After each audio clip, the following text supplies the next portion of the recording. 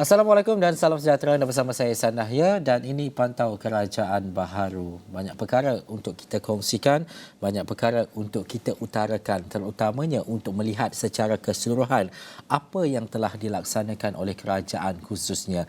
Dan berbalik kepada apa yang berlaku dalam tempoh minggu ini ataupun semalam dan juga hari-hari sebelumnya, lawatan Perdana Menteri bermula ke Indonesia disusuli ke Singapura, dan melihat sedikit apa yang berlaku di Singapura, apa yang dinyatakan ataupun apa yang dilihat sebagai satu perbincangan yang produktif dengan membuahkan hasil yang memberangsangkan.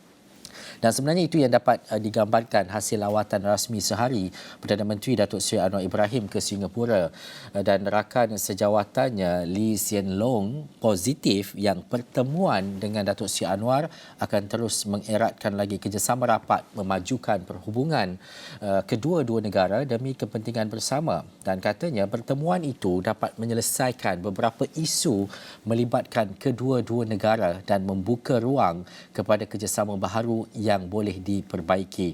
Dan melihat kepada lawatan Perdana Menteri sehari itu, 3 perjanjian dimeterai antara Malaysia dengan Singapura dalam lawatan rasmi berkenaan. Dan untuk kita bercakap secara lebih lanjut, bukan sahaja lawatan Perdana Menteri ke Singapura tetapi ke negara-negara lain terutamanya ASEAN. Saya bersama dengan Profesor Dr. Muhammad Azizuddin Muhammad Sani, penganalisis politik dan hubungan antarabangsa Universiti Utara Malaysia UUM, menerusi dalam talian ketika ini. Assalamualaikum Prof. Waalaikumsalam warahmatullahi. Baik, terima kasih Prof bersama dengan Pantau Kerajaan Baharu. Kita nak melihat kepada signifikan lawatan Perdana Menteri ke negara-negara ASEAN yang dimulakan dengan Indonesia dan seterusnya ke Singapura. Tetapi kita nak melihat dahulu bagaimana Prof melihat kepada hubungan Malaysia dan Singapura dengan lawatan sulung Perdana Menteri Datuk Seri Anwar Ibrahim kali ini, bagaimana ia membuka lebih ruang dan juga peluang yang signifikan kepada kedua-dua negara, Prof.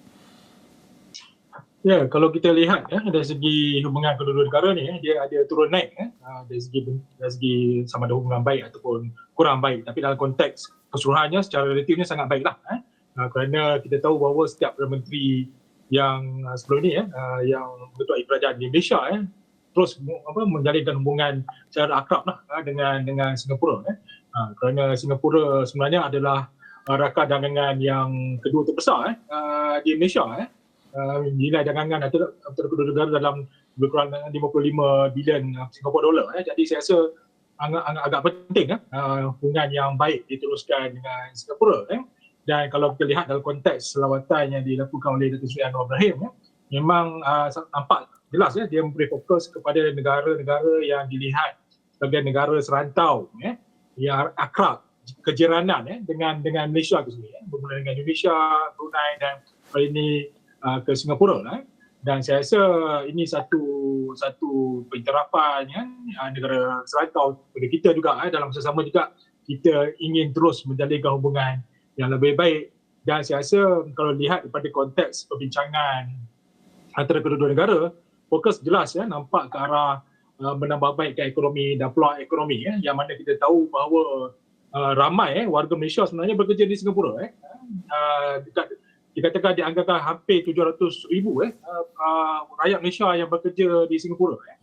Jadi dalam konteks ini peluang ekonomi jelas di pihak Singapura kepada warga Malaysia yang ingin bekerja di sana. Jadi dalam konteks ini saya rasa hubungan yang baik itu sangat diperlukan dan akan diteruskan. Malah ada dalam perbincangan yang dilihat antara Perdana Menteri Singapura Lee Hsien Loong dengan Datuk Seri Anwar Ibrahim ingin menambah lagi kerjasama tersebut. Walaupun dibincang 3 perkara tadi, ekonomi digital, ekonomi hijau dan juga cyber security ataupun keselamatan cyber, tapi sebenarnya ada banyak perkara lain lagi yang akan dimanfaatkan dalam hubungan baik antara kedua-dua negara inilah. Dan Prof menyebut tadi berkaitan dengan mungkin lebih daripada 700,000 rakyat Malaysia yang bekerja di Singapura, dan juga kalau kita melihat jumlah yang lebih besar, 1 juta lebih mungkin rakyat Indonesia yang bekerja di Malaysia. Jadi kita melihat kepada negara yang dekat dan juga rapat dengan Malaysia ini, antara perkara asas, perkara utamanya adalah berkaitan dengan isu pekerja di luar negara, sama ada yang masuk ke Malaysia dan juga yang berada di luar negara.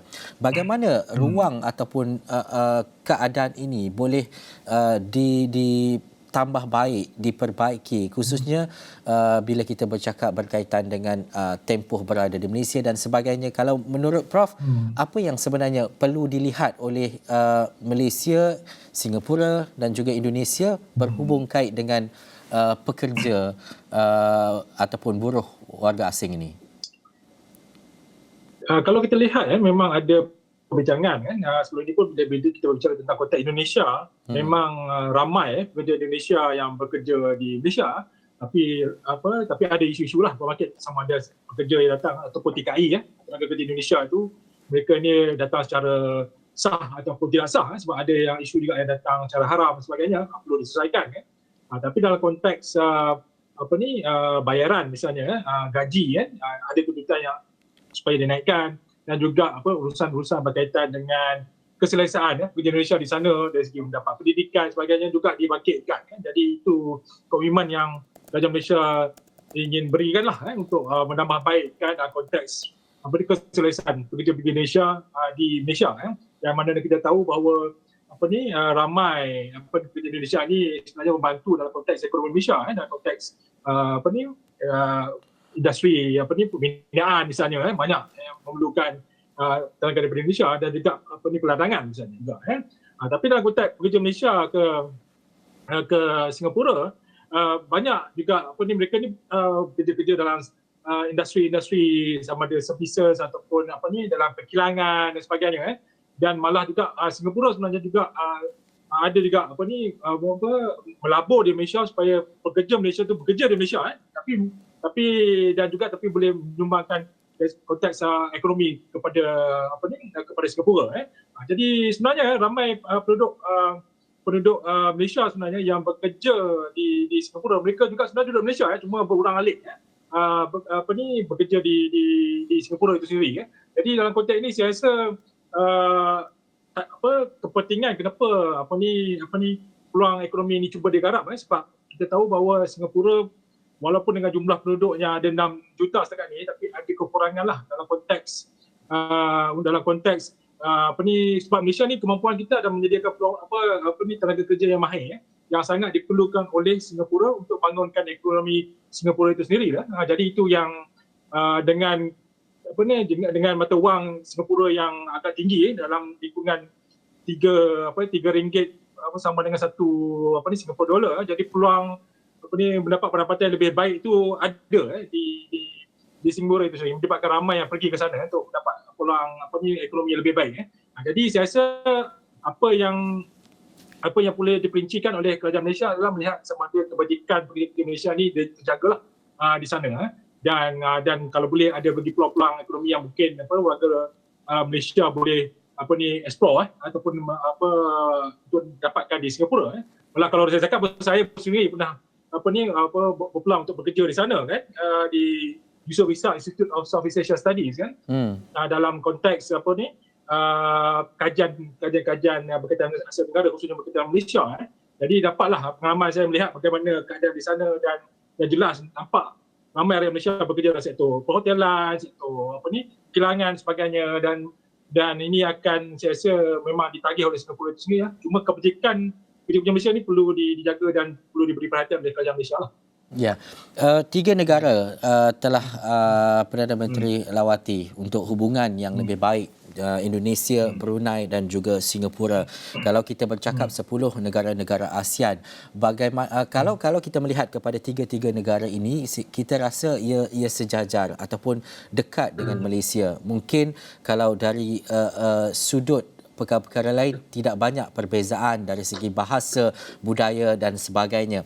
Tetapi bagaimana pula Prof melihat kepada hubungan Malaysia dengan negara-negara luar yang mungkin jajarannya sedikit jauh, perbezaan dari segi banyak perkara, terutamanya dari segi ekonomi, dari segi budaya, percakapan dan sebagainya. Kalau kita nak bercakap Laos, Kemboja, Vietnam dan sebagainya.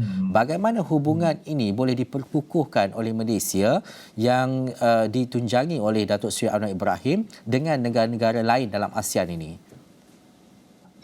Okey, saya rasa ada beberapa faktor kena lihat lah. Ya. Apa yang dilakukan oleh Datuk Seri Anwar Ibrahim ketika berkunjung kepada 3 negara yang awal ini. Pertamanya saya rasa ingin menggalakkan peluang ekonomi lagi untuk pihak Malaysia untuk menceburi kan di ketiga-tiga negara ini, dan yang penting sekarang ni mengetahui bahawa ekonomi dunia akan agak ada masalah nanti faktor inflasi dan sebagainya, dan saya rasa peluang yang lebih baik sebenarnya diambil untuk berurusan berniaga dan berdagang dengan negara-negara jiran yang produktif sebini untuk membangunkan ekonomi Malaysia itu sendiri. Jadi itu saya rasa target utama selain melihat negara luar, tapi sebenarnya lebih baik memberi tumpuan kepada negara-negara yang memang sedia ada memang akrab dengan Malaysia, seperti Indonesia, Singapura dan juga di Brunei. Dan saya jangkakan selepas ni mungkin akan ada lagi lawatan-lawatan yang diberikan ataupun yang akan dibuat oleh Datuk Seri Anwar Ibrahim akan pergi lebih jauh. Mungkin paling dekat saya rasa mungkin Thailand. Sebab kita pun ada kepentingan ekonomi dan politik juga ada. Maksudnya ada yang dibangkitkan supaya minta Datuk Seri Anwar Ibrahim menyelesaikan isu di selatan Thailand masih lagi berkonflik. Jadi mungkin itu juga dalam perhatian dalam radar beliau lah.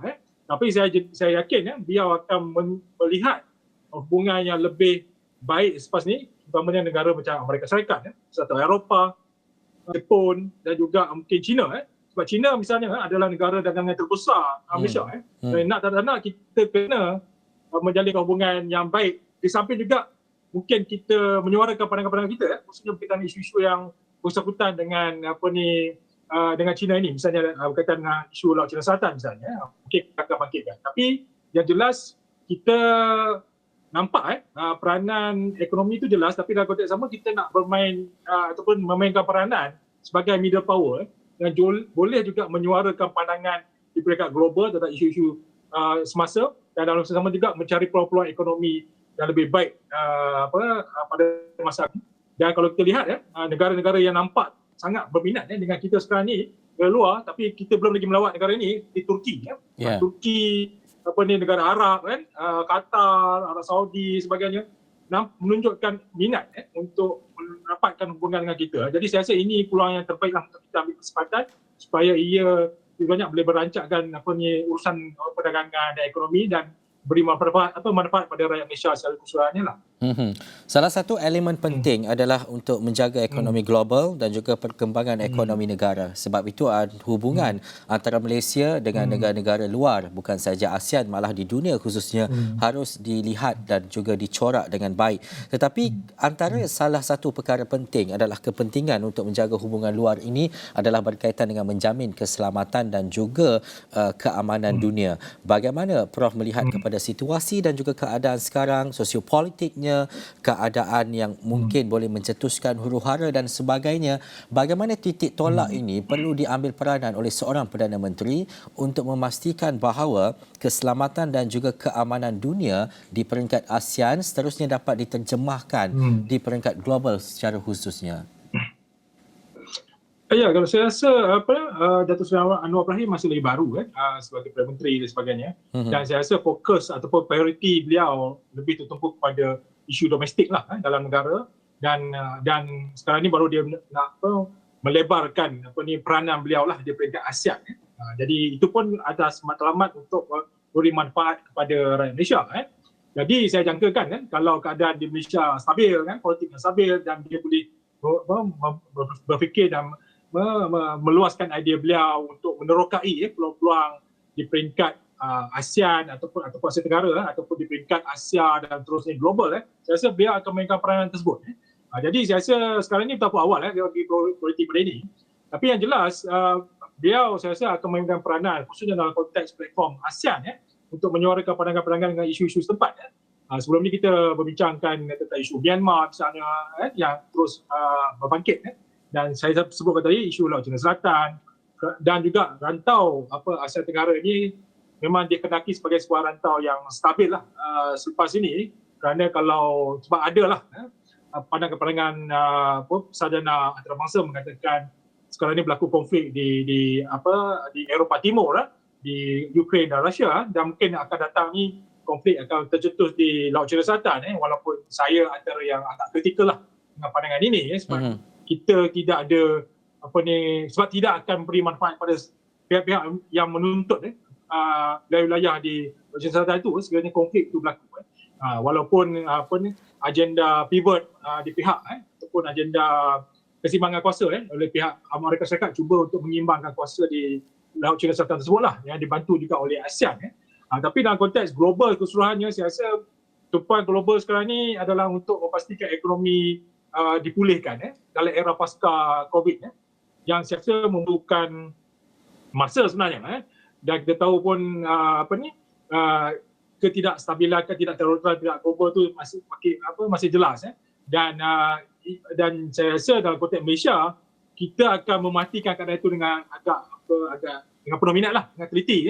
Tapi fokus yang akan diambil oleh Datuk Seri Anwar Ibrahim setakat inilah, untuk tahun ini saya rasa lebih memberi fokus kepada domestik, isu-isu domestik dan juga dan rantau Asia Tenggara ini, supaya Asia Tenggara ini stabil dan urusan perdagangan boleh dirancangkan di Asia Tenggara ini walaupun di pihak global hadapi masalah. Jadi saya rasa itu tumpuan yang harus dilakukan oleh beliau macam inilah. Selain daripada tumpuan, Prof ada menyatakan tadi berkaitan dengan konflik dan sebagainya. Seketika nanti Prof saya nak bertanyakan berkaitan bagaimana untuk kita meletakkan pendirian sebagai sebuah negara Malaysia jika berlaku sesuatu konflik di mana-mana negara. Bagaimana pendirian itu harus diletakkan oleh seorang pemimpin ataupun sebuah negara untuk memastikan bahawa kita tidak terlepas ataupun tidak terkesan dengan apa-apa yang negatif selepas itu. Tapi kita nak beristirahat seketika, kembali dalam Pantau Kerajaan Baharu selepas ini.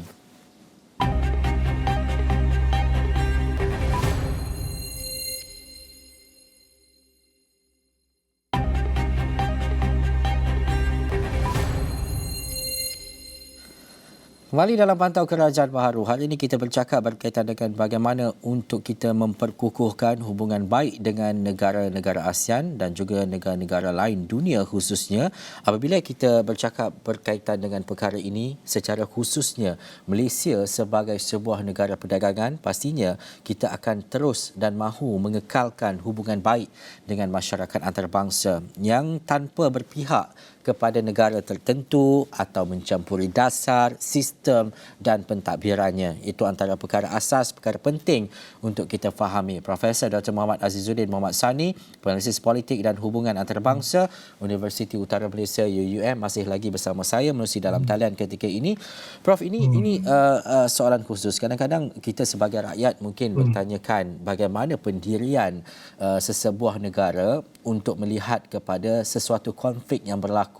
Sekiranya berlaku konflik, contohnya melibatkan sesuatu negara dengan negara lain khususnya, bagaimana untuk kita membuat pertimbangan bahawa ia tidak menjejaskan reputasi ataupun apa-apa isu yang boleh memberi kesan kepada Malaysia? Ya, saya rasa biasanya kita akan bercakap dalam konteks matlamat keamanan, pacifism. Jadi saya rasa kita kalau ada konflik yang berlaku, kita biasanya akan mengeluarkan kenyataan ataupun pendirian kita yang melihat bahawa konflik ini perlu diselesaikan ataupun cari jalan penyelesaian lah secara aman, bukanlah secara kekerasan, peperangan dan sebagainya. Jadi saya rasa matlamat itu memang jelas, dan kita pun ada track record bagaimana kita komitmen kita terhadap ZOFAN misalnya, Zone of Peace, Freedom and Neutrality. Maksudnya kita tak akan campur dalam urusan-urusan yang melibatkan konflik di peringkat Samudra Selatan ataupun global. Tapi dalam masa sama juga kita juga perlu berhati-hati dalam konteks menyatakan pandangan kerana kita tidak mahu dilihat mencampuri urusan dalaman ataupun domestik negara lain kerana ada isu kedaulatan di situ. Kerana sebarang pertikaian pada isu dalaman akan dilihat sebagai usaha campur tangan kita pula ke negara tersebut. Jadi saya rasa dalam konteks itu kita kena berhati-hati. Cuma sekiranya apa yang berlaku di negara tersebut menyebabkan kita terjejas, jadi saya rasa dalam konteks ini kita kena responsif secara aktif untuk engage isu-isu ini. Malah Datuk Seri Anwar Ibrahim tu, ketika beliau menjadi Timbalan Perdana Menteri, dia pernah mengusulkan satu bentuk konstruktif engagement yang kemudiannya dilaksanakan oleh ASEAN itu sendiri ketika Dr. Suri Pisawan sebagai Siswa Agung ASEAN yang mana sekiranya berlaku konflik di rantau ASEAN itu sendiri, tapi dan konflik itu sebut menjejaskan negara kejiranan. Jadi kita boleh libat sama untuk mencari jalan terbaik lah, untuk bukan cara campur tangan politik, kekerasan sebagainya, tapi untuk mencari jalan terbaik untuk menyelesaikan masalah ini. Misalnya isu Myanmar melibatkan Rohingya, walaupun itu isu domestik, tapi sebenarnya telah menjejaskan kita sebab mereka ni datang ke negara kita. Sama juga macam contoh apa yang Presiden Indonesia buat, Jokowi, yang pergi ke Ukraine dengan Rusia, kerana isu di sana, konflik sana menyebabkan ada krisis makanan yang menjejaskan Indonesia, walaupun Indonesia duduk jauh. Jadi mereka kita cari jalan untuk selesaikan isu ini. Jadi dalam konteks ini saya rasa kita boleh memainkan peranan sebegitu. Dan saya rasa lebih efektif kalau kita bermain peranan secara kolektif dengan negara lain yang ada mempunyai pandangan yang sama dengan kita, untuk mendesak supaya apa saja isu diselesaikan secara yang terbaik. Cuma itulah, dalam konteks ini saya masih lagi melihat akan datang sekiranya dia peluang, Dato' Seri Anwar Ibrahim saya rasa akan memainkan peranan itu, sebab dia adalah seorang tokoh yang dikenali di peringkat global yang dihormati. Jadi saya rasa beliau mempunyai idea beliau juga peranannya dan sering mengucapkan dalam sidang-sidang antarabangsa. Jadi saya rasa beliau akan responsif terhadap itu. Yang terbaru ini kita lihat komen beliau bagaimana dalam isu pembakaran Al-Quran di Sweden itu sendiri. Walaupun itu isu terpencil di Sweden, tapi sebabkan melibatkan pembakaran Al-Quran, agama Islam, Muslim, dan Malaysia sebuah negara Muslim, jadi kita kena responsif pada isu ini. Jadi saya rasa kita tak ada masalah untuk memegang peranan aktif dalam peringkat global untuk menyelesaikan isu-isu secara aman, tapi dalam masa sama kita kena lihatlah isu-isu tentu supaya tidak dilihat cuba campur tangan dalam isu hal-hal domestik negara terbabit lah. Prof menyatakan berkaitan dengan Malaysia ataupun mana-mana negara perlu respon ataupun responsif terhadap sesuatu isu. Berkaitan dengan responsif ini, Prof, kenapa pentingnya untuk Malaysia ataupun negara lain respon terhadap sesuatu isu itu? Ya, saya rasa kita kena faham, kita jangan melihat konteks politik misalnya hanya ada politik domestik. Dia kena melihat dalam konteks kita ni sebagai sebahagian daripada masyarakat antarabangsa yang perlu responsif juga kepada isu global yang lain. Itulah konteks yang kita selalu sebut sebagai globalisasi. Maksudnya apa yang berlaku di negara lain kadang ada elemen kesaling berkeuntungan. Rasainya, tapi dia ni dirasai pula. Apabila kesan tu berlaku secara langsung atau kita langsung tak ada kita. Jadi dalam konteks ini saya rasa apa saja isu global yang dilihat boleh menjejaskan kedudukan kita dan menjejaskan keamanan, saya rasa kita kena responsif pada isu ini. So kurang-kurangnya kita menyatakan pandangan lah melalui kejahatan media, kejahatan rasmi kerajaan, ataupun kita boleh bermain peranan aktif di Pertubuhan Bahasa Bersatu misalnya, dalam Tribunal Agong, dan kalau kita sebahagian daripada ahli tidak tetap Majlis Keselamatan PBB, saya rasa kita juga menyatakan pandangan di situ. Ini Pantau Kerajaan Baharu, pastinya bukan sahaja isu-isu domestik kita bincangkan dan juga kita lihat, tetapi isu-isu hubungan luar negara antara Malaysia dan juga negara-negara lain harus dipandang khusus dan juga dilihat lebih serius. Terima kasih Profesor Dr. Muhammad Azizuddin Muhammad Sani, Penganalisis Politik dan Hubungan Antarabangsa, Universiti Utara Malaysia UUM. Sekian dulu Pantau Kerajaan Baharu. Saya Ihsan Haya. Assalamualaikum dan jumpa lagi.